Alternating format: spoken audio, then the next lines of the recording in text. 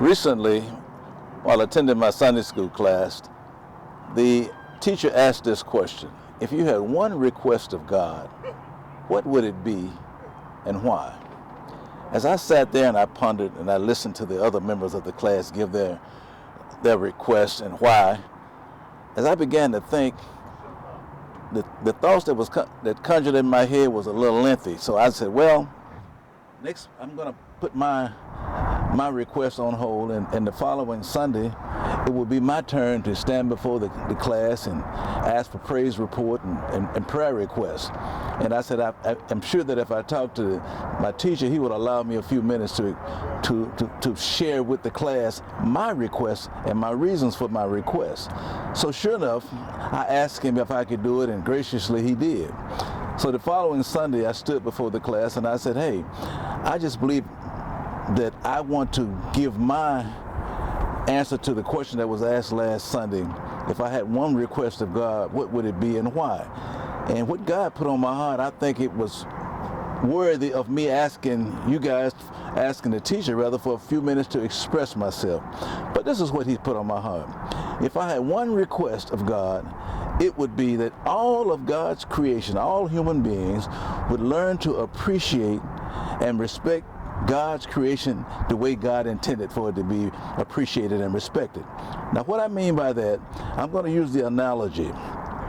If you were to take a nice flower vase, and in that flower vase you put a dozen red roses, they're beautiful. If you were to take the red roses out and put yellow roses in, it's beautiful. Or pink roses, or white roses. But you take that same flower vase and you put a combination of variation of colors, and you look at it and it really exudes beauty. And the amazing thing about what we're seeing in this conglomeration of colors is there's no particular color that stands out.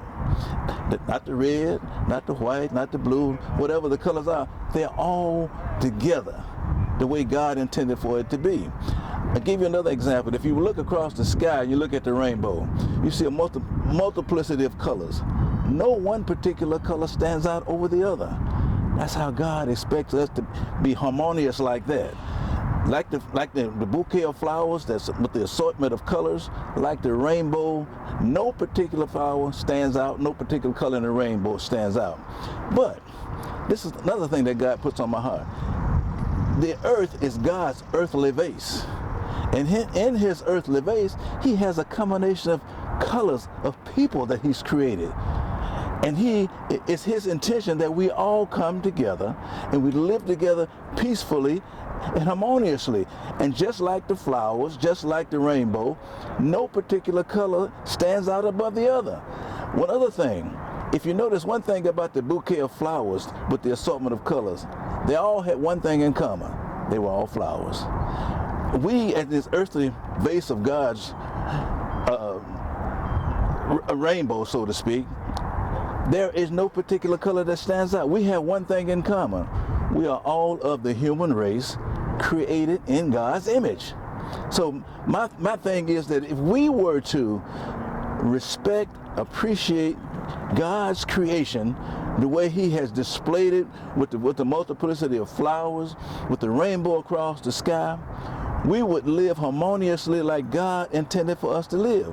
For instance, if in this earthly vase, and you look at me and you don't like me because my color is different than yours, I don't like you because your color is different than mine, well, the problem is not with me, it's not with you. Your problem is with God. Why? Because he created us all in his image.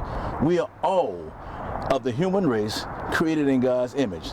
So if we were to learn to appreciate and respect and love each other the way God intended for us to love and appreciate his creation, there would be no